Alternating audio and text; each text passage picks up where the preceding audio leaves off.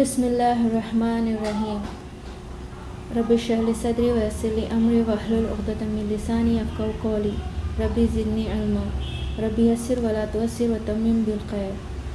अस्सलामु अलैकुम वरहमतुल्लाहि वबरकातुहू। आसान सर्फ़ हिस्सा अव्वल। हमने पहले वीडियो में इल्म सर्फ़ और उसके फ़ायदे जाने थे और चंद ज़रूरी इस्तिलाहात में दम्मा, फ़तह, कसरा, मदमूम, मफ़तूह और मकसूर भी जाना था। अब आगे बढ़ते हैं। बिस्मिल्लाहिर्रहमानिर्रहीम। तनवीन जिसे हम इंग्लिश में न्यूनेशन भी कहते हैं। उर्दू में जिन्हें हम दो ज़बर, दो ज़ेर, दो पेश कहते हैं उन्हीं को हम तनवीन भी कहते हैं और दोहरी हरकत भी कहते हैं। दो ज़बर जिसे हम अरबिक में फ़तहतैन कहते हैं और दो ज़ेर जिसे हम अरबिक में कसरतैन कहते हैं। दो पेश जिसे हम अरबिक में दम्मतैन कहते हैं।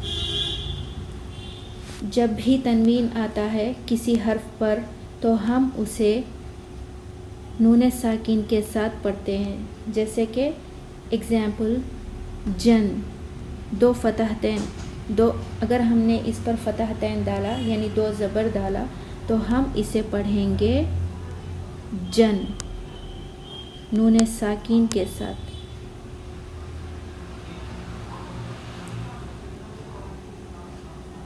और उसी तरह अगर हमने कसरतैन लिए तो हम इसे नून साकिन के साथ ही आखिरी हर्फ पर यानी हर्फ के बाद आखिर में आपको नून साकिन लगाकर इसे प्रोनाउंस करना होगा। जैसे कि अभी यहाँ पर हम बा के साथ नून साकिन लगाएंगे, बा कसरा नून साकिन बिन। उसी तरह अगर किसी पर दम्मतैन आ जाए जैसे कि फ दम्मतैन तो हम इसे प्रोनाउंस करेंगे फ दम्मा नून साकिन फुन। तो चले आगे बढ़ते हैं।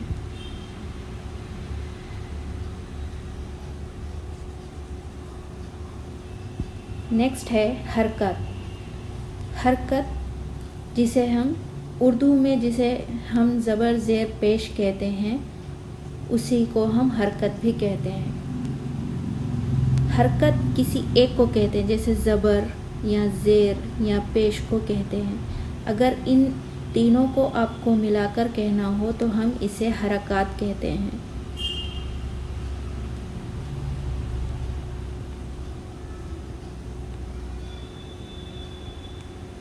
ये हरकात हो जाएंगे क्योंकि ये एक से ज़्यादा है तो हरकत की जमा होगी हरकात।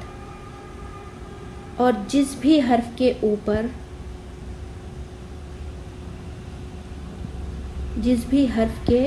ऊपर या नीचे कहीं भी कोई भी हरकत आ जाए यानी ज़बर ज़ेर या पेश आ जाए तो हम उस हर्फ को मुतहर्रिक कहते हैं। जैसे कि यहाँ पर लिखा हुआ है मुतहर्रिक वो हर्फ है जिस पर कोई हरकत हो। जैसे कि अभी हम एग्ज़ाम्पल के तौर पर बा के ऊपर फ़तह ले लें तो ये बा हो गया मुतहर्रिक। कुछ देर पहले यानी लास्ट वीडियो में मैंने आपसे कहा था किसी हर्फ के ऊपर अगर फ़तह आ जाए तो हम उस हर्फ को मफ़तूह कहते हैं और किसी हर्फ के ऊपर पेश आ जाए यानी दम्मा आ जाए तो हम उसे मदमूम कहते हैं। और किसी हर्फ के ऊपर नीचे अगर कसरा आ जाए तो हम उस हर्फ को मकसूर कहते हैं। अभी मैंने कहा कि बा के ऊपर अगर फ़तह आ जाए तो हम उसे मुतहर्रिक कहते हैं। इन दोनों में फ़र्क ये है कि किसी हर्फ को अगर किसी ने आपसे कहा कि बा के ऊपर फ़तह आया, आप इस हर्फ को क्या कहोगे? तो आप ये बताओगे कि ये हर्फ मुतहर्रिक है, मीन्स इसके ऊपर हरकत आ गई है। जिस भी हर्फ جس بھی حرف کے اوپر حرکت آ جائے ہم اسے متحرک حرکت کہتے ہیں.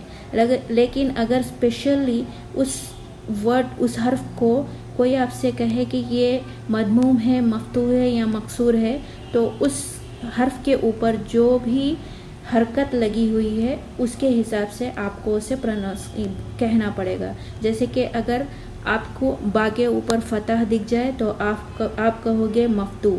اگر پیش دکھ جائے تو آپ کہو گے مضموم. اگر زیر دکھ جائے تو آپ کہو گے مکسور.